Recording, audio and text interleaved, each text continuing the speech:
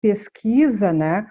Claro que com um interesse econômico, e aí está a questão do mercado, em remédios. Ele fala da questão do câncer e fala também dessa questão do Covid, dizendo que o interesse do mercado se sobrepõe, né, às questões humanas.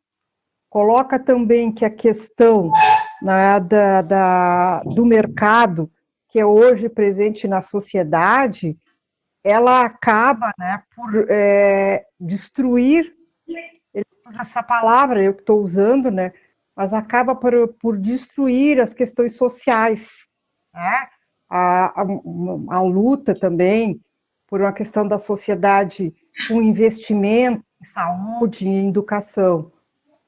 Ele aborda também mais especificamente, né,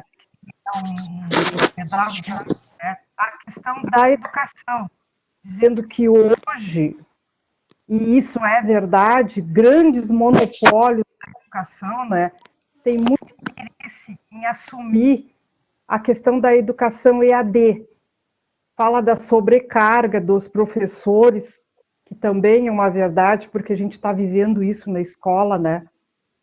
Especialmente uma categoria que é majoritariamente mulheres, e em grande maioria mulheres sozinhas, né, que sustentam a casa, e que estão sobrecarregadas com essa questão. Ele dá um exemplo muito claro, né, que a professora ela é a faxineira, ela é a professora, ela é a que tem que fazer todo o serviço e atender o filho. E ainda providenciar para que o filho virtualmente possa fazer as suas tarefas. Né? E os grandes monopólios e essa visão de educação, né, que é patrocinada pelo governo, que ele coloca também nessa questão da educação sem partido, e que esse seria um momento para esses conglomerados, né, se aproveitar dessa situação e colocar a questão da educação EAD. Bueno, eu estou fazendo um curso, né, que é obrigatório para os gestores, porque eu sou vice-diretora da escola, né, mas aí eu não fiz o primeiro, aí me inscrevi no segundo, assisti duas vezes e não assisti mais. E ontem eu tive que assisti uma parte que era o final sobre gestão.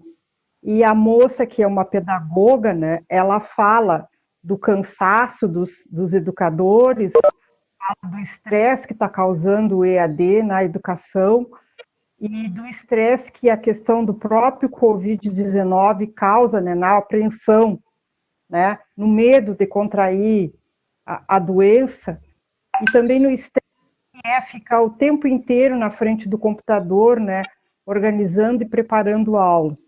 Achei surpreendente porque é um curso do Sebrae, tá? Ela é o Sebrae que está dando esse curso e ela é da Fundação Maurício Strotsky Sobrinho. Ela é pedagoga. E ela diz o seguinte também, ó, que é uma coisa que o Frigoto fala. A educação nas séries iniciais e no ensino fundamental, a distância não funciona. Tá? Não funciona. O ensino médio, por conta da idade, a gente ainda consegue, né? Mas séries iniciais e fundamental não funciona. E o Frigoto vai abordando essas questões na fala dele, através das perguntas também, né? Sempre colocando a questão econômica em conjunto, em toda a discussão que permeia a questão do Covid, né, que se instalou num país que sucateou extremamente, né, a questão da saúde, onde está congelado por 20 anos os investimentos, ele cita isso, tá? E ele diz que como enfrentar o Covid-19 num país onde por 20 anos estão congelados os investimentos de saúde. Né? Que o momento é muito sério, é muito difícil, né, para o conjunto da sociedade brasileira, para o conjunto dos trabalhadores. Foi isso. Complementar, ou teve outro? Elton. Fala, Elton, se quiser falar. Eu acho que fez um resumo do vídeo, né? Na É verdade, que ele, eu estava pesquisando coisas só a respeito do Covid e é coisa que o Cláudio pode até atestar ou se contrapor, né? E na verdade, assim, o Covid, a OMS tem responsabilidade nessa coisa, no atraso em dizer que era pandemia. Por exemplo, em dezembro, na China, em Wuhan, tinham vários casos de pneumonia, já estavam se detectando. Aí os caras levaram dezembro, janeiro, fevereiro, março, lá na metade de março, para dizer que era pandemia. Então eles têm. E nós aqui, enquanto saculejamos no carnaval, né? O carnaval foi tranquilo aqui, né? Foi depois que passou o carnaval, é que teve o decreto do isolamento social. Que o pessoal começou a. Então, totalmente a OMS, a Organização Mundial da Saúde, tem responsabilidade nesse troço também. E, e, e a ciência tem lado, né? A gente tem que seguir a ciência e tal, mas a gente sabe bem para quem trabalha a ciência. É isso que o Frigoto estava falando, né? Também. A é base. que é um Fala. interesse, né? Ele coloca muito claramente o interesse do mercado econômico, né? Isso. Porque quando lucrar as empresas, e aí está o contraditório, as mesmas empresas que produzem os agrotóxicos, que contaminam e devastam, tá? São aquelas que vão ter a patente, digamos assim, ó, de uma futura vacina. Então há uma contradição isso, e isso que tu coloca, né, Farias? Bom, será que não há um interesse, né, de ter deixado as coisas chegar onde chegar, para que haja, né, para que o senhor mercado se estabeleça em cima dessa questão da vacina para obter o lucro? Sim. A gente fica. Para dizer que não foi laboratório. Não, mas dá para afirmar com certeza. Cláudio, eu te pergunto assim, ó, sim, dá para afirmar com certeza? sim. Não foi uma guerra biológica? Não. E mais, Ah, o século passado, nós tivemos 2 pandemias. Nesse século, nós já temos 3. é. E vamos ter mais. O que leva a isso? A destruição da natureza. Tu não tem mais os ciclos naturais em que sai do esses vírus, eles existem. Então, é isso. Olha aqui, ó. Eu vou mandar para vocês um videozinho para criança, que os adultos entendem perfeitamente, que são mais difíceis de entender que as crianças. Tá? Porque assim, ó, isso eu tenho falado em inúmeros debates e tenho feito questão de dizer isso. São os processos naturais devolvendo aquilo que nós estamos destruindo. Então, a necessidade de discutir a questão da ambiental, essas questões, as formas como se trata a natureza, é fundamental. Nós corremos o risco de, em curto espaço de tempo, a não ter mais planeta, se tornar impossível viver no planeta. O grau... Aliás, eu chego a arriscar a dizer que essa pandemia foi aquilo que o Lula disse, diferente do que nós pensávamos as coisas até então. Nós não podemos esquecer a história. Vocês se deram... Eu comecei a dar bola a isso agora, há pouco tempo. Embora eu já tinha lido sobre isso, eu nunca tinha feito a relação que eu estou fazendo hoje. A Primeira Guerra Mundial, ela foi decidida pela gripe espanhola. Uhum. Eu já tinha lido sobre isso, mas não achava que era uma coisa relevante. Hoje, isso mostra, e vários autores estão citando isso, como elemento histórico. E nós temos que entender, nesse momento, que nós estamos numa guerra. E desta forma que nós temos que nos postar. Numa guerra, tu tem que ter armas para fazer o enfrentamento. Tu não pode ter inimigo na trincheira. Entre outras coisas mais. Eu assisti a fala dele, eu não consegui assistir, que eu me dei conta, eu não sabia que era tão grande, fui olhar... Pois é. Só que toda a fala dele daria para reduzir bastante, né? Que tem a parte introdutória ali é muito longa e não desnecessária, né? Boa parte das coisas que ele falou, eu tenho dito coisas muito parecidas, né?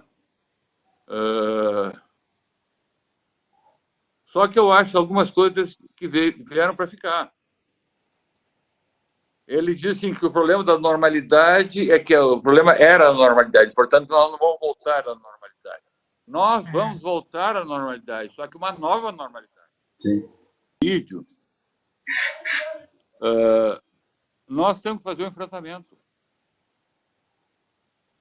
O que está acontecendo? A nível do governo federal, o mesmo Mandetta, ele não fez o que tinha que ter feito. Uhum. Quais são as coisas, primeiro, que tinha que ter feito? Reestruturação produtiva. O que eles fizeram sobre isso? Nada. Não. Só agora que estão pensando, nós podemos produzir aqui no Brasil aquelas coisas que nós não temos, que nós estamos... nós não temos teste, mas não tem no mercado internacional. Não tem no mercado internacional. Agora, a Fiocruz já está produzindo, podia estar produzindo 100 vezes mais, 200 mil vezes mais. Isso está sendo dito desde o início. Né? Uma das primeiras coisas que eu escrevi sobre o assunto foi da necessidade de reestruturação. Era teste e reestruturação produtiva. São coisas que não foram feitas e até agora não estão sendo efetivamente implementadas. Qualquer guerra, qualquer economia séria do mundo faz reestruturação produtiva. Isso não é segredo para ninguém.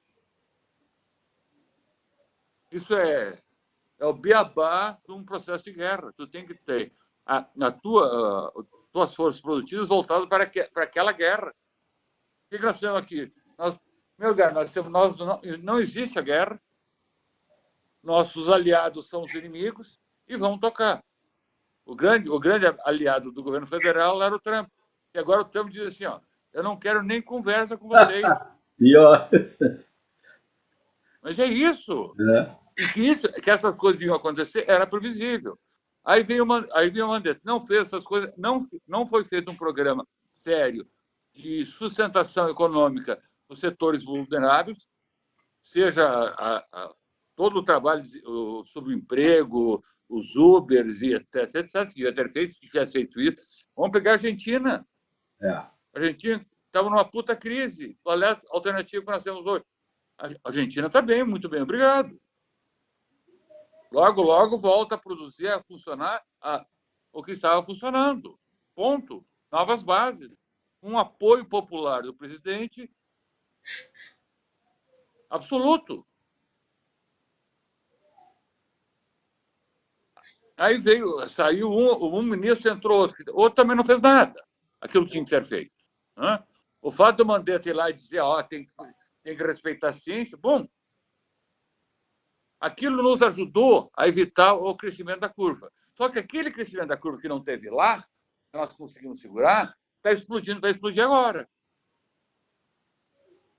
Isso aqui no Rio Grande do Sul. E nós, aqui no Rio Grande do Sul, não estamos fazendo esse enfrentamento. São poucas pessoas, para não dizer quase que... Ninguém está batendo nas bandeiras do governo de forma eficaz. Ontem eu passei a tarde inteira reunido com os técnicos que fizeram aquilo. Os caras não conseguem sustentar. Não tem. 5 minutos de discussão de várias doenças que vão começar a apresentar conta. Algumas consultas começaram a ser reabertas. As pessoas não estão indo de medo, com toda a razão, porque se até no hospital de clínicas tem... E eu estava mentindo que eram 10, já são 24. Eu estou passando por um mentiroso todo dia, né? Todos os dados que eu dou são... Meia hora depois já são desatualizados. Né? Já mais gente morta, mais gente contaminada. Tem que parar de dar dados. Né? Porque, assim, ó, e aumenta, né? Muda. Não, desde que nós começamos a reunião aqui, já aumentou 35 mortos no Brasil. Imagina. É um por minuto. É isso. Então, qualquer coisa que tu fala aqui, daqui 2 horas já é... Eu estava dando um dado de mortos na enfermagem de 137, ontem já falaram que está em 170 e poucos. 173. Essa hora já deve ter, talvez, em 180. Só de enfermeiros. Eu pergunto, quem é que vai atender as pessoas daqui a pouco?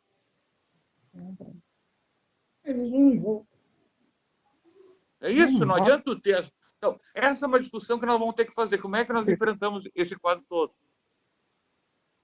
E aquela discussão, nós vamos para a rua fazer a defesa e brigar com os caras, acho que tem que ir. Então, nós temos que combinar essas coisas todas. Eu fiz uma fala aqui bem desorganizada. Não, mas tá legal, é isso aí. Inclusive para mexer com as bichas de todo mundo. Né? É a provocação pura que eu estou fazendo aqui. Dá para pegar todas as questões e colocar numa fala mais fechadinha, né? Mas eu acho que nós temos que começar a discutir essas coisas de fundo. Algumas coisas a gente discutiu ontem, o Gerson estava lá. O que são essas bandeiras? O que é essa farsa? E bater de frente. Porque o que é isso? É uma forma concreta de abrir toda a atividade econômica. Ao abrir toda a atividade econômica, o que vai acontecer? A Tânia e a Miriam vão lá dar aula, né? Isso aí. No momento que abriram as escolas, a normalidade voltou. Agora, a quantidade de pessoas que vão ser infectadas, nós não sabemos quais são os efeitos colaterais ou as consequências do Covid no corpo humano. Se sabe que existem problemas neurológicos sérios e vários tipos de agravos decorrentes da Covid que não se sabe o que vai acontecer. E as pessoas estão achando que é brincadeirinha, que é gripezinha, passei, já peguei, estou curado e posso ir adiante. Tem reinfecção e etc, etc, etc. Então, o conhecimento da doença é pequeno, essa é uma questão. Segundo, nós temos uma demanda reprimida de inúmeras doenças, que as pessoas não estão sendo atendidas e vão ter um agravo nesse processo. Seja diabetes, seja pressão alta, seja infarto, seja AVC, seja câncer, pessoal que se machuca, que cai, se quebra, ou as motos que se arrebentam por aí, não existe atendimento. E vai ter que, num momento, logo vai começar a explodir as UTIs das pessoas que precisam para isso. Nós estamos chegando no inverno. Com o inverno, aumenta a propagação do vírus, do Covid, e entram todas as outras doenças respiratórias.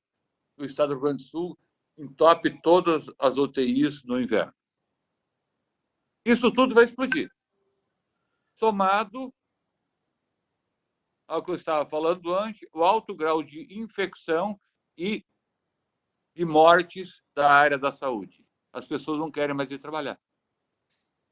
Ao ir trabalhar, elas estão sendo discriminadas nos meios de transporte, elas chegam em casa, são discriminadas em casa.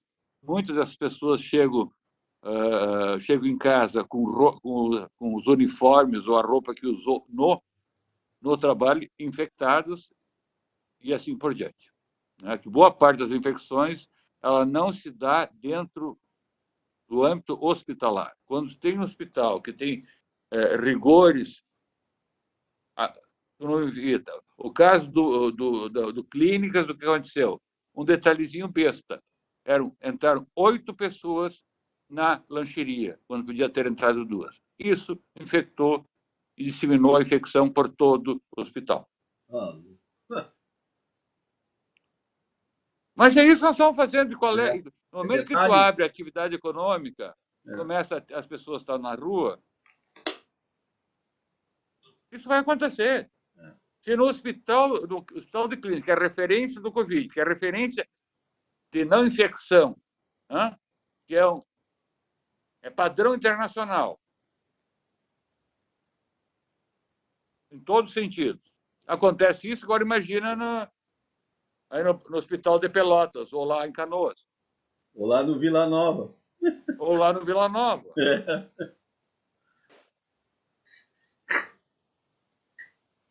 Gente. E muitos daquelas vão sair de lá, o pessoal da limpeza, o pessoal da higienização, o pessoal da manutenção, sai de lá com as roupas que entraram, né?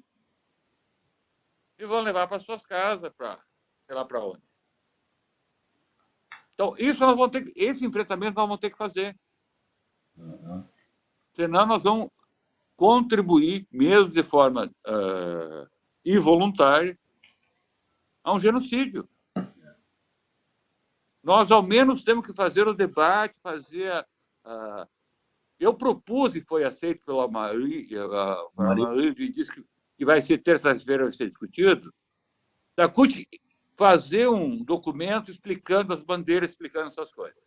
Fazer algo que repasse essa informação. Segundo, vai chamar todas as regionais da CUT a entrar nos comitês municipais, regionais, e criar um comitê estadual. Eu sugeri fazer um observatório que coletasse essas informações, tem se amarrado, ser unificado com os comitês, para saber como é que está a efetiva contaminação em cada região do estado e como que estão as situações de atenção à saúde, seja o número de profissionais. Eu cobrei ali o mil, tem que medir temperatura, assim, dá para fazer uma... Canoas está fazendo isso. Canoas não, São Paulo está fazendo isso. Nós vamos fazer um debate com o prefeito de Canoas agora, não sei se vai ser segunda ou terça. Eles pediram para mim, eu disse, tudo bem, só eu não sei se já mandaram aqui o de São Leopoldo, olha. São Leopoldo, Albanazzi. Eles estão fazendo lá, o que eles estão fazendo? Eles estão fazendo busca ativa. Se tem alguém com sintoma, eles vão na casa, o sujeito, isolam ele, fazem... Aquilo tem que ser feito. Então, nós podemos fazer algumas coisas. E dá para fazer muita coisa. Mas isso tudo depende dos sindicatos enxergarem o que tem que saber, o que tem que fazer, e forçar a barra para fazer. Isso. Foi o que aconteceu com o Passo Fundo. Eles queriam deixar tudo aberto, frigorífico, não fechou porque fizeram um comitê de 50 entidades. Com as 3 universidades junto. Professores das 3 universidades que tem lá. Aí começou... O prefeito, no primeiro momento, o Neri falava, ele disse, tu não é técnico, cala a boca. Aí começaram a botar professores das universidades a falar. Aí ele começou a pressão assim. Ou seja, em cada cidade tem a sua história. Então, nós temos que ter gente para falar em todos os públicos, para todos os públicos, de forma unificada, fruto do processo coletivo. Posso falar um pouquinho, Cláudio? Deve, eu estou falando demais, eu estou cansado de falar, não aguento mais. Tá. Não, primeiro eu quero te falar de Passo Fundo, que o presidente lá, o Camarão, esses dias eu e o Farias conversando, e eu dei uma informação errada para o Farias. O Camarão lá segurou, foi para cima da empresa e bancou fechar. E nós Eu aqui disse para seguimos. ele lá, você tu tem que ir para cima do sindicato e puxar o sindicato e botar no comitê. E nós aqui seguimos acompanhando as empresas, e essa semana apareceu um caso de Covid, a esposa de um trabalhador de uma roseira forte aqui na nossa região, e a empresa isolou o trabalhador, mandou para casa, está prestando assistência para a família lá, tal, com ele isolado, e controlou o resto dos trabalhadores, e nós, com os nossos dirigentes, já nos avisaram, já entramos em contato e tal. Então, por enquanto aqui, eu acho que, obviamente, pelo andar da carruagem, vai aparecer nos setores aqui, Sim. mas não apareceu ainda. A gente tem tentado manter a vigilância. Mas é isso que tem que fazer. Esse é o trabalho dos sindicatos. O problema é que muitos sindicatos abandonaram. Aqui o Sindicato do Comércio fechou, outros sindicatos funcionam meia boca e não prestam assistência, não estão preocupados com isso. Então, eu acho que é isso que nós temos que tentar construir dentro da direção da CUT ali, essa coisa da vigilância dos sindicatos em cima das empresas, para usar os seus dirigentes de base e tal, e fazer pressão. Pegar o protocolo do Ministério Público, que ele saiu a nível estadual, né, pelo menos apresentar essa proposta na CUT, para que os sindicatos, os dirigentes que estão ainda na ativa, que vão nas empresas, levem, exijam que os trabalhadores fiquem afastados, que tenha o EPI adequado, esse tipo de situação que nós podemos trabalhar dentro da CUT para tentar fazer pressão e melhorar, né, a situação que nós estamos vivendo. Isso aí. Pleno acordo. Inclusive, eu acho que dá para usar mais o Ministério Público do Trabalho. O Ministério Público mandou um documento pedindo para o Sindicerv fazer uma fiscalização no CAER. E foi feito. Ou seja, tem que começar a forçar e fazer trabalho conjunto. Isso. Nós fizemos. Índio, tem que fazer. ou Gerson. Sobrou umas camisetas. Então a gente está. Em vez de obrigar os patrão a fornecer o EPI, eles estão fornecendo. Não, olha, mas Agostinho, olha só o que está acontecendo. Os patrões eu estou provocando. Dentro das empresas, a gente está fiscalizando, o cuidado está grande. Ali, as empresas que estão trabalhando, são poucas que estão produzindo mesmo, o cuidado está sendo bem feito ali. O problema é na rua. Esse pessoal usa o transporte público para vir, pega trem, pega ônibus, e aí não tem aquele cuidado deles ter a máscara deles. Empresas grandes fornecem 10 máscaras, até 20 máscaras por fim de semana para eles, para usar dentro da empresa e fora. Mas as empresas pequenas, tem ali, nós estamos começando a fazer isso, pegando as máscaras. E no próprio sindicato, nós temos funcionários trabalhando, e durante o horário da jornada de intervalo deles, é para o shopping, é para o centro, é para o mercado. Eles estão bem cuidados dentro do sindicato, trabalhando com máscara, trabalhando com toda a higiene. Mas no horário de intervalo, eles vão para a rua. Então, nós, dentro do sindicato, temos esse problema. Imagina as fábricas. Como é que vai ser para a gente ter um cuidado sobre isso? Orientando. Os médicos clínicos estão atendendo 5 pessoas. A maioria por telefone. É porque é uma receita que precisa, que é controlada, ou é alguma coisa que o doutor já tem o prontuário dele. Liga, tá aqui a receita. Para ser um caso muito grave, ele vai lá e atende. Mas no máximo 5 pessoas, de manhã e 5 à tarde. Agora, queriam retomar os dentistas. Os dentistas não podem fazer extração de dente, não podem fazer obturação, tem uma série de coisas que eles não podem fazer, porque se acontecer algum problema, uma infecção, uma coisa no caminho do sindicato ou na volta, vai ter algum responsável por isso, né? Então, uma bactéria, alguma coisa. Então, dentro do nosso próprio sindicato, nós não estamos conseguindo ter um controle sobre isso. E ali, sabe, no Sindicato Metalúrgico de Canoas, o Chitolino é um cara que está, um lado, pegado pela empresa, outro lado defendendo o prefeito, outro lado defendendo não sei o que ali. Está muito fácil para nós, não. Para ver um afastado, o Cecílio também com problema de saúde. Eu aguardo minha vacina continue no sindicato, não vou deixar de ir lá. Então, acho que primeiro nós temos um grande problema nas nossas entidades, para começar a cuidar. Eu estou ligando para São Leopoldo, tem uma pessoa atendendo, quando vai a secretária. Imagina como é que está a situação ali. Gerson, mas diria a situação do polo. O pessoal está trabalhando, não parou. Os petroleiros também não pararam. Os servidores, alguns pararam, outros não. Então, eu acho que eu não consegui ver o filme para debater exatamente sobre o filme, mas a nossa realidade com os sindicatos e nas indústrias, nos serviços públicos, cara, nós vamos digno, Agostinho. Nós não temos, nós estamos vendo a coisa, estamos dizendo, mas ninguém nos ouve. Hoje, eu conversando com o Maia, tive uma reunião também está muito preocupado com as questões de reuniões, essa candidatura de visitas pessoais, isso não é o momento.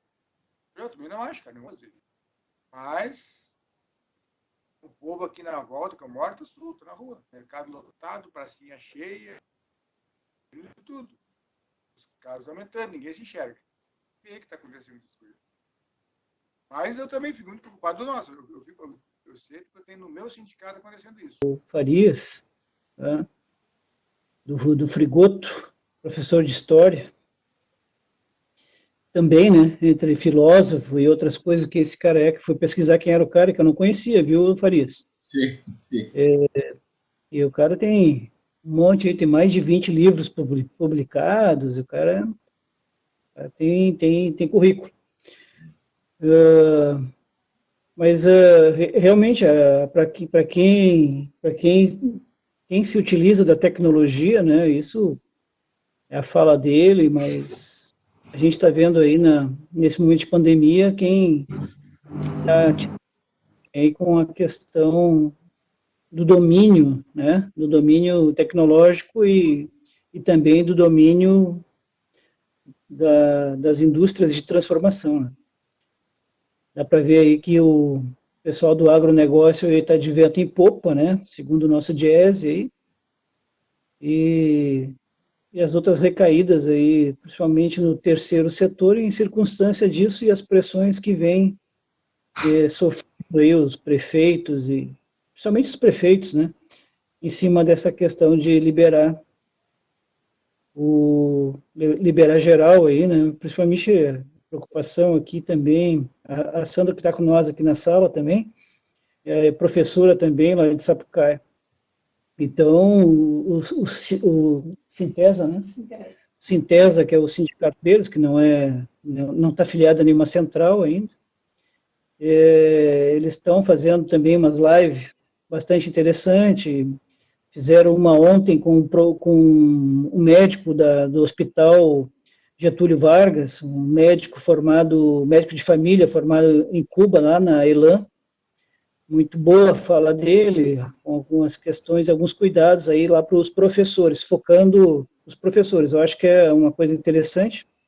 Também, se a gente for fazer aí, a CUT pode mais, for fazer alguma questão assim, né, ou mesmo a nossa CUT aí já vem fazendo algumas questões.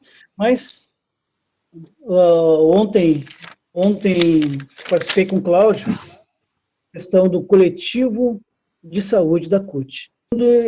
A CUT está mais explícita, mais clara na sua proposta. Se é isso que o Cláudio deu a linha ontem, né, de estar fazendo os comitês, reforçando os comitês e fazendo onde não tem, acho que é uma linha bastante importante para estar nos locais, nos municípios, espraiar a CUT aí, né? A questão também do observatório, a comércio ou no hospital, onde pelo menos os que estão vinculados à nossa central tenha clareza, né? Os sindicatos possam estar colocando nos seus informativos, nas suas manifestações, né? Qual é a proposta que a CUT efetivamente está colocando para esse momento? Sai de casa quando precisa, aquelas coisas, qual é o cuidado? Por exemplo, qual é a proposta da CUT para a questão das CATs? Tá? Então, lá no Polo, a gente, esses últimos 15 dias, estava um entreveiro aí, na questão de nós estarmos fechando um acordo provisório para esse momento de pandemia. Conseguimos fechar ali. Mas questões que nem a CAT não conseguimos colocar, a questão da própria, em vez de ficar recuando, a gente tirou uma estratégia de avançar, nos estava cobrando, nesse momento da pandemia, já que o Polo não parou, o Polo continuou produzindo, porque ele se autodenominou como produtor de matérias essenciais, né?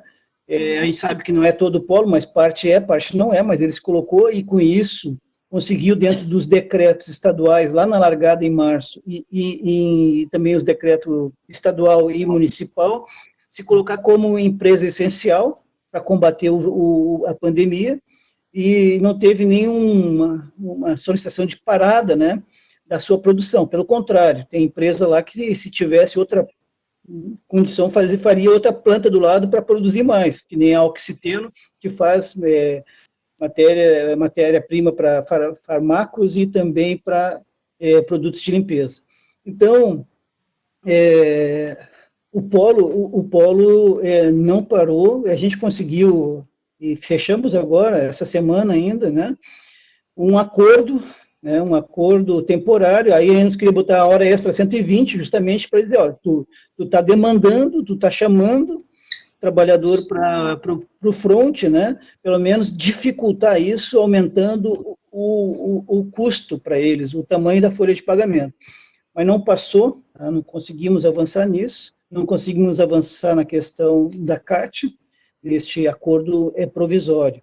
É uma coisa que nós, da CUT, temos que estar discutindo e colocando como mais força, né, a questão, sim, a CAT, como é que a gente vai fazer com que a CAT seja validada, e aí, numa outra reunião online aí com os demais polos petroquímicos que a gente fez essa semana, e semana que está terminando, uma infectologista, a doutora Rita, lá da Bahia, numa live também, ela colocou que, mesmo tendo modificado a legislação, né, na questão do acidente, no trajeto, né, e na questão da pandemia, a contaminação no trajeto, na ida e na vinda, para o trabalho, deveria, pelo menos, ser considerada como acidente de trabalho e ter uma CAT. Tá? E, só que, voltando aqui para o nosso polo, aqui, no Rio Grande do Sul, aqui em Triunfo, além de ter as subnotificações do setor de saúde, e estado e município, as empresas também estão escondendo, né, esses contaminados, ou pelo menos suspeitos. Então, nós já devemos estar com mais de 5 casos confirmados. Teve um caso que já voltou.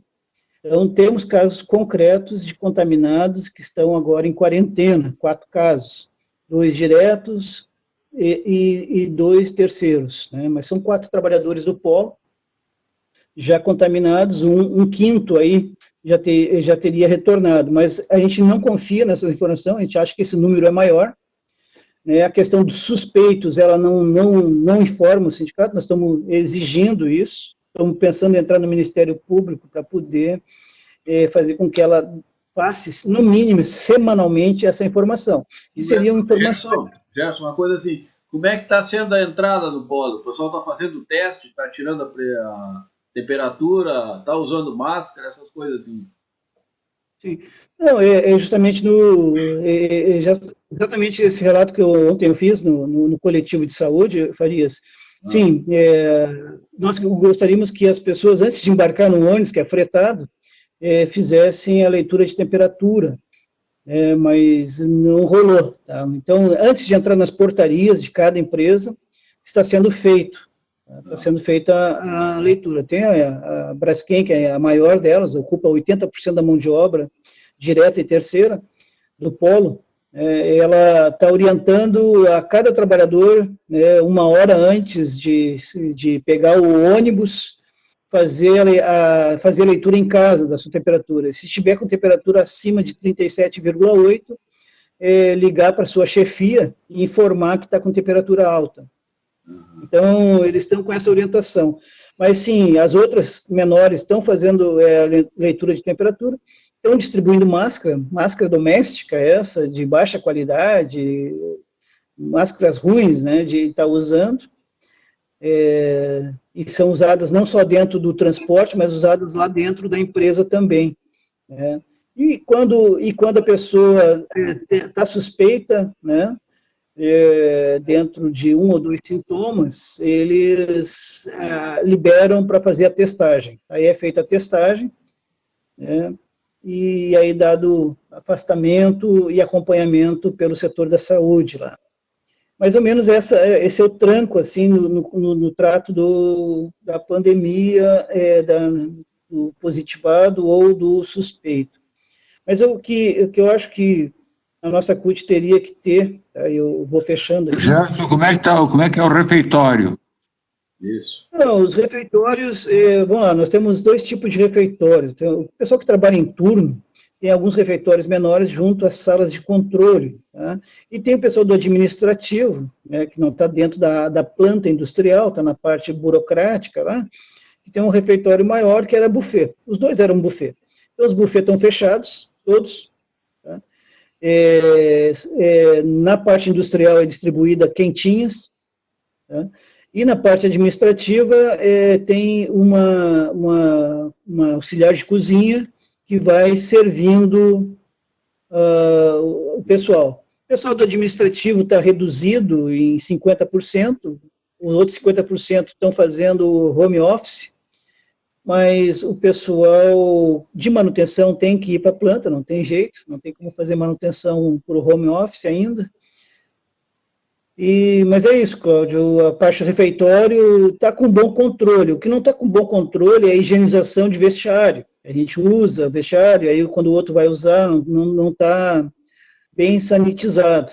Tá? É outro foco. Muitas vezes não é nem o setor produtivo, mas sim essas partes que são fundamentais que contaminam tudo. Então, nas portarias, eles estão passando lá, sanitizando e tal, de 2 vezes por dia. Eles melhoraram, tá? A gente começou a cobrar cada vez mais, e aí melhorou um pouco. Mas, claro, que a preocupação deles também é não deixar o vírus entrar, que o vírus entrando tem um bloqueio, que nem já aconteceu em algumas unidades aí no Brasil afora, onde, não digo toda a fábrica, mas alguns setores foram interditados. Isso na área petroquímica aí, né, falando em nível nacional. Nós estamos com um grupo ali fazendo reuniões semanais de nivelamento de informação, pelo menos, já que as empresas que a gente trabalha são de cunho nacional, né, elas estão aqui, estão na Bahia, no Rio, São Paulo e Amazonas. Mas assim, pessoas, fora isso, tá, fora isso que eu acharia importante que a nossa central pudesse está não só se posicionando, mas orientando os sindicatos a saber, a proposta é essa, né? Seja testagem geral, fazer as empresas gastarem, sim, e testar geral, todos os trabalhadores que estão acessando as empresas, não só a medição de temperatura, a testagem ser geral, que é na testagem, pelo menos eu digo, né? Esqueci de avisar, o Luiz Henrique está aqui, também está nos escutando. Luiz Henrique, eu convidei a nossa direção.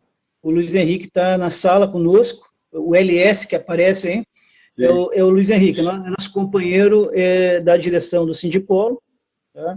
Ele tá afastado porque está no grupo de risco, mas depois ele pode dar uma fala aí também, trabalhando no setor de utilidades lá da antiga Copesul, agora Braskem. Mas tá aí, esqueci de avisar vocês aí. Tranquilo. Eu achei que era metalúrgico. Fechando assim, olha aí, eu recebo aqui, pelo e-mail, processos seletivos, que é a Fundatec, né? A Fundatec mandou hoje da manhã, 8 horas da manhã, um e-mail aí, né, que eu recebo, e eles estão botando Grupo Hospitalar Conceição, processo seletivo simplificado. Na verdade, eles estão fazendo uma seleção que vai, a inscrição aberta até dia 10 de junho, né, por motivo do Covid, né, e eles estão fazendo seleção por currículo e títulos, né, pela CLT. Então, eles estão pedindo técnico de enfermagem generalista.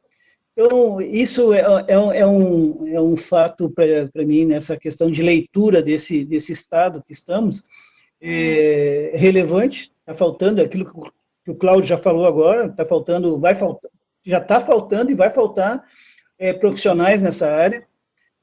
A live aí do Sintesa já trabalhava para isso, lá no Hospital Getúlio Vargas de Sapucaia, eles estão ligando para as escolas de enfermagem, lá em Esteio tem uma escola de enfermagem, e aí estão pegando o contato e ligando para esses técnicos de enfermagem, que não estavam, né, no mercado, ou estão desempregados, ou estão em outra função, e está convidando a vir trabalhar lá no Hospital Getúlio Vargas, mais ou menos isso.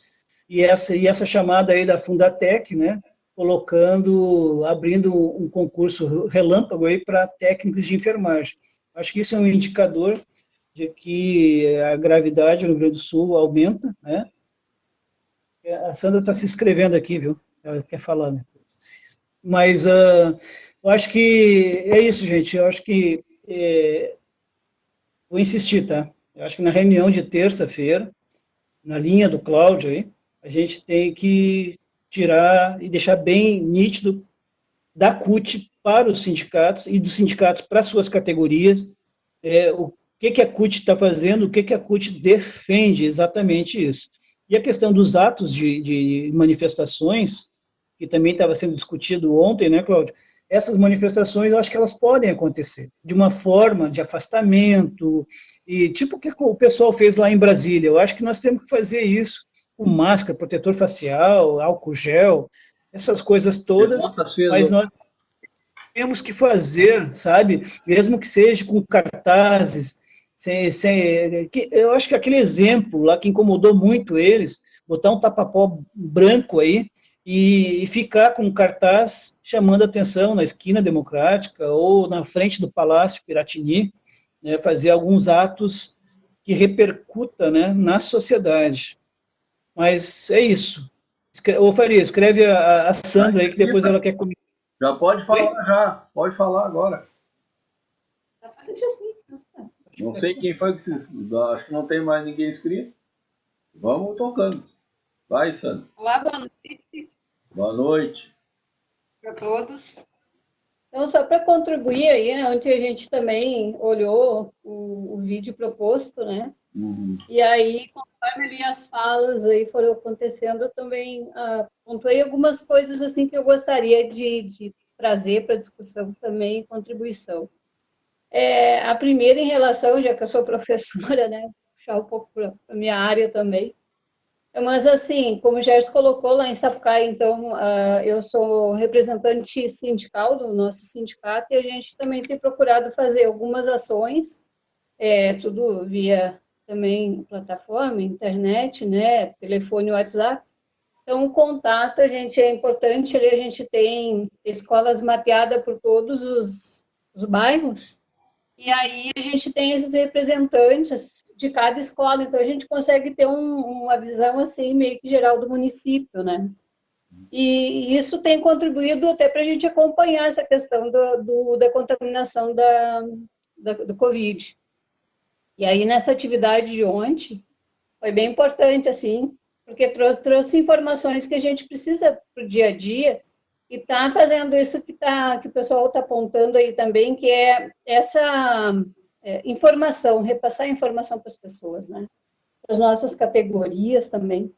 E aí eu vendo ali o pessoal colocando, primeiro que eu gostaria de lembrar, assim, que aconteceu nessa semana, para ver esse governo que aposta na morte né, de quem menos tem, e nas precarizações da questão da retirada de dinheiro na minha área, né, da educação, por exemplo. O ensino à distância ele vai acontecer, mas essa diferença grande que existe entre quem tem acesso e quem não tem, é uma coisa que está sendo há tempo, um prejuízo, né, não acompanhamento igual para todas as crianças. E isso agora se acentua mais, porque quem tem vai conseguir acompanhar, mas quem não tem vai conseguir. E aí a gente vê o governo essa semana passada, entregando, né, o Fundeb trocando o Centrão, para que não seja encaminhado o impeachment dele. Então a gente vê essa jogada de recursos públicos que são destinados para educação e saúde, que nesse momento são tão prejudicados, né, sendo tratados dessa maneira. É uma outra questão que foi colocada aqui, por exemplo, alguém me mencionou aqui em Canoas, né? Uma preocupação que eu tenho também ouvindo é que, paralelo a esse crescimento dos casos de Covid, nessa semana foram 63 casos que apareceu paralelo de dengue. Então, doenças que retomam agora nesse período e que ainda vem, né, causar um grande fluxo de pessoas em hospitais. Isso também acarreta em disseminação, né? E, por fim, que eu queria colocar é sobre a questão que também eu não sabia que funcionava assim, como é que foi feita a questão do mapeamento das bandeiras, né, do Estado, tão divulgada e como uma coisa, assim, extraordinária. Ela foi construída com base em informações sobre a propagação do vírus e o número de leitos, né? Só que como não está acontecendo uma coisa muito, assim, como deveria acontecer, que são os testes, então, na verdade, a gente não tem um número exato de contaminados. Isso é perceptível, assim, para quem lê, porque é impossível tu ver a cada dia aumentando os casos no interior, aqui mesmo na região metropolitana, e se tu vai pegar um número total do estado, tu fica, mas como, né? Os números não batem. Então, pela informação assim, que a gente está tendo, é que os números estão mais baseados na questão dos leitos. Isso é muito preocupante, porque, na verdade, até que a pessoa chegue ao estado de ir para um hospital passando mal, quantas pessoas mais já foram contaminadas? Então, reforça a questão de que, na verdade, tem muito mais pessoas contaminadas do que estão aparecendo, né? Então, essas informações que eu acho importante, assim, cada um de nós, que a gente possa estar trabalhando, se é o sindicato que a gente tem, que a gente possa estar pensando formas de estar trabalhando com essas informações em nossas categorias e também para as pessoas, no geral, pelos sites e pelos os veículos que a gente possa ter acesso, né, de estar fazendo essas informações. É isso. Beleza. Valeu, Sandra. Gente, e aí? Tá aberto. Miriam, tu quer falar, Miriam? Luiz Henrique, quer dar uma palavrinha também. Só assim, ó, vocês estão sabendo que o presidente agora não vai mais divulgar os números, né? É só às 10 horas, né? Agora não vai divulgar mais. Não, nem mais. Pronto. Não vai mais divulgar. Não vai mais divulgar, nem às 10, nem às 11, nem às 20, nem às 4. É o primeiro país no mundo que não vai divulgar os números da Covid. A não ser que mude de ideia. Você sabe que ele muda de ideia, como muda... Eu acho que ele muda mais de ideia do que muda de cueca. O STF derruba esse troço. Tá louco. Tem que derrubar, né? Tem que derrubar. Não, mas independente de derrubar ou não derrubar, mostra a importância que nós temos que construir essas informações. O que eu ia te perguntar, Cláudio? Nós temos estrutura no Conselho para montar um grupo tipo esse que está propondo do Observatório? Claro, com a ajuda do movimento sindical, né? Assim, ó, tem pessoas do Conselho que já estão dispostas, tem um grupo forte da URGS que também aceita e entra, e faz toda a análise, etc. Mas o que está faltando é... Juntar. Não, está faltando ter gente que coleta as informações e fazer isso. O Corém já faz, ok, então vamos pegar não sei o que já faz, não tem, vão lá pegar os dados que tem lá. Aonde não tem, nós vamos ter que fazer. É isso aí. Não adianta eu estou brigando com a secretaria desde início de março para ter esses dados. Eles não têm. Aí, ontem ficou claro na reunião, já tinha ficado claro para mim, os próprios sindicatos não recebem essa informação. Imagino que não. Porque se começarem a falar, o que vai acontecer? O hospital X lá de Passo Fundo, de sei lá, Santa Rosa, de Pelotas, recebe R$ 1.600 por UTI dia. Eles têm lá 20 UTIs no registro, mas eles só têm gente para atender 10. Aham. Receber os outros 10? Não vão receber. A gente acaba, vocês acabam falando isso rápido e parece que é natural. Que tragédia nós estamos vivendo, né? Porque tu banalizar, a gente tem que pensar isso, a gente tem que se aprofundar nessas coisas. Banalizar o que a gente está fazendo, roubar, mexer em números, mexer em dinheiro que é para o bem geral, quanto mais a gente comanda. Cara, a gente vê as operações na televisão, das prefeituras e nos estados, e a gente entende que muitas vezes o gestor ele acaba sendo envolvido por causa da falta de licitação e tal, mas tem muito safado, né, tia? Muito safado, muito, muito. É terrível isso. E essas coisas a gente tem que enfatizar para não tornar normal. Não é normal, né? Não é normal isso. As pessoas ganharem dinheiro em cima da tragédia humana, tia. Então, eu acho que a gente tem que demonstrar isso sempre que possível, né? E protestar, porque é horrível, né? É horrível. Imagina quem tem um parente que morreu, tá ali, a pessoa coloca se está com Covid ou não está, sofre as consequências disso depois, ou o que tem não pode ver o seu. Essa semana, para encerrar, eu fui num velório também, fui num cardíaco. E o que eu me apavorei? Primeiro que a família é uma família mais humilde, bem latina, daquelas que choram e que se desmaiam na hora do enterro e tal, sem máscara, sem nada. Segundo, o pessoal do cemitério, de mão limpa, nenhuma proteção, e parece que aqui em Pelotas a prefeita faz um baita de um combate à Covid, né? E a gente sabe que tudo é uma casca, é só para se ver, só para inglês ver. Porque na realidade, na essência, a contaminação aumenta. Só não aparecem os números, mas ela aumenta.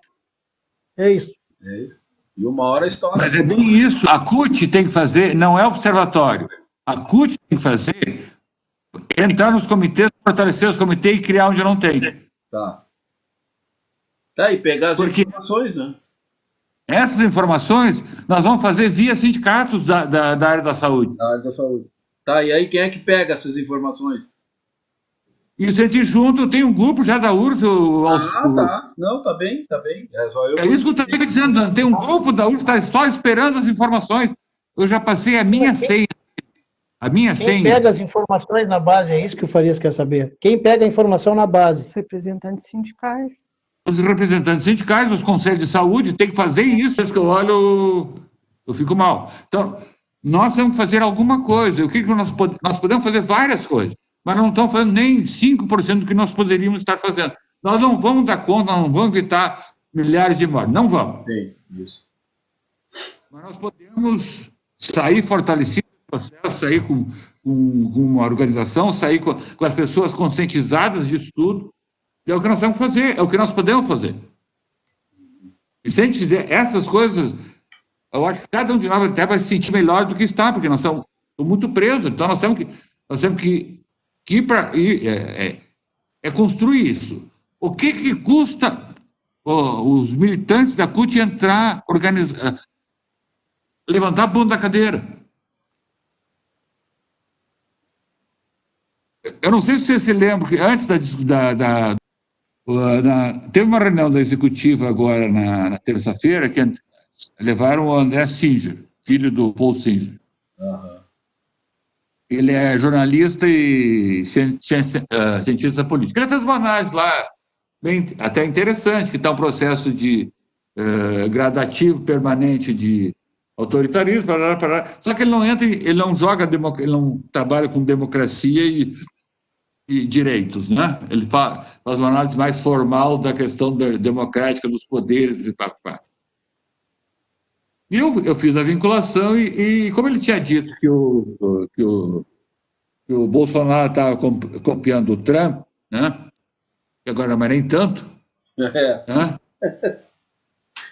Eu terminei a minha fala dizendo o seguinte, que eu tinha acordo com o André em várias coisas, inclusive que o Bolsonaro estava copiando o Trump em várias coisas. E que nós deveríamos fazer o mesmo, copiando os americanos e ir em massa para a rua. Chamando os terceiros anos para a escola né? Aí estão pedindo para a escola organizar todas as questões de álcool gel, de limpeza. As escolas não têm funcionários para isso, tá? A maioria dos funcionários é do grupo de risco. Na minha escola, grande parte é do grupo de risco, tá? Tem vários professores do grupo de risco, ou que têm pais idosos e são responsáveis dentro de casa, e já me disseram, olha, eu não vou voltar. Eu disse, não tem que voltar mesmo, não tem que voltar. Tânia, me diz uma coisa, não tem como nós fazermos um levantamento regional. Deixa ela falar, e não isso, fala tu e não dele. Ela vai falar. Senão eu apanho aqui. Ele estava mais próximo, eu pedi para ele marcar.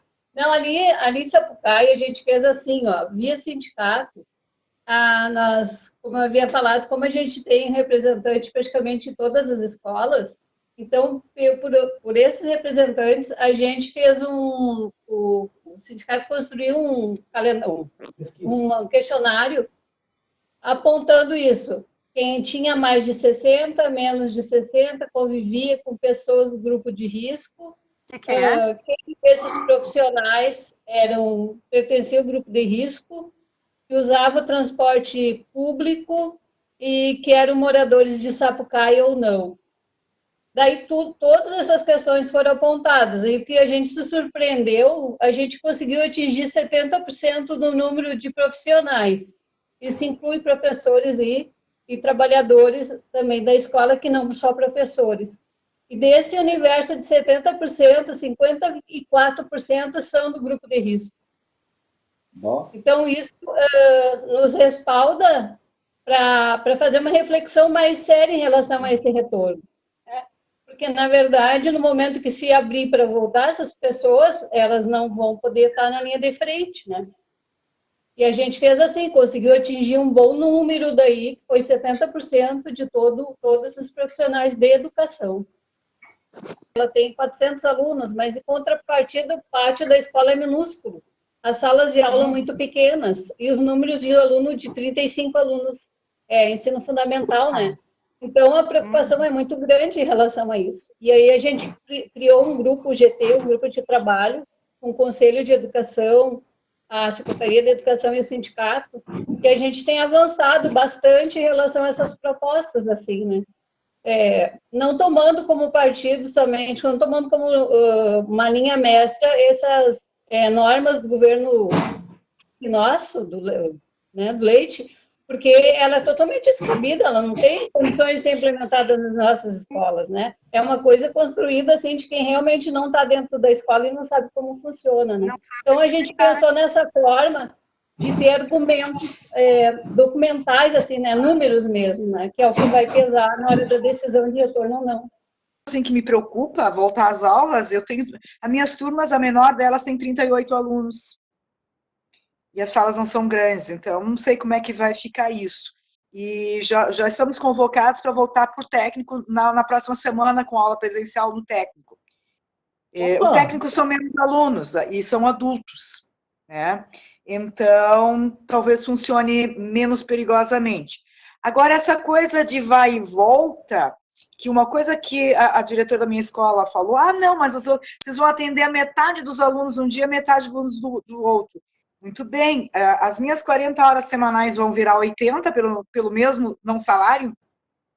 Né? Tem essa questão também, como é que vai resolver isso? Então, esse governo lança muitas ideias ali no papel, mas na prática não tem como fazer, são inviáveis. E aqui com vocês eu vou abrindo meu e-mail lá e tem mais. Olha, só nesse tempo que nós entramos conversando aqui, entraram 40, que vão ter que ser abertos e analisados, quer dizer, já foi, né? É difícil. Eu mandei o videozinho do Covid. Tá no WhatsApp. Beleza. Que explica o que é, como é que vem, por que acontece. É para criança, adultos conseguem entender também. Boa. Omar, tem um vídeo que tem no YouTube, tem na TV Senado, até no YouTube da TV Senado, e encontro com o Milton Santos, que é o geógrafo e sociólogo, que pega aquele período ali do final dos anos 80, a década de 90 e o início dos anos 2000, ele faz, eu achei muito bom hoje, eu estava procurando, O achei cara, muito ele é bom, ele é bom. É bom, e aí, maravilhoso. e aí é o seguinte, ele já morreu, ele faz umas falas ali que se enquadram com o que nós estamos vivendo hoje, na questão tecnológica, e, cara, e é um negro que é pouco explorado pela sociedade, pelo setor educacional aqui da nossa. O cara escreveu mais de 40 livros, premiado, renomado, ele nasceu em 1926 e veio morrer agora no início dos anos 2000, eu acho que não me lembro se foi 2004, 2003 que ele morreu, mas uma profundidade, e o documentário é muito bem feito o documentário sobre ele, falando das questões não só do Brasil, mas da América Latina toda. Aí pega a Bolívia, a Argentina, aquela crise que a Argentina viveu ali em 2000, 3 presidentes caem ali, acho que em um mês ou 2 meses, está Isso, tudo me nesse lembro documentário, disso. Eu era vivo já. É, que é o que está voltando para cá, né? Que é a pobreza, o desemprego, a crise política e tal. Então é uma boa, viu? beleza. Vai O, sim. o Milton Santos é mais lido fora do Brasil que no Brasil. Ele é conhecido, reconhecido no mundo inteiro. Aqui ninguém dá bola para ele. Afinal, é negro, né? O que vou dar bola para o negro? Nós calma umas quantas vezes, premiadíssimo a nível internacional. A geografia política do Brasil contextualizada, ele é um precursor disso. Os livros dele Sim, são é um fenômeno, cara. Mas aqui ninguém, ó. Nem E volta. É isso então, gente. boa sugestão, Elton. Boa. Manda o Bem, link, manda o link. Não, Faria eu vou mandar o link, pode deixar. Agora sim. Terminar a reunião.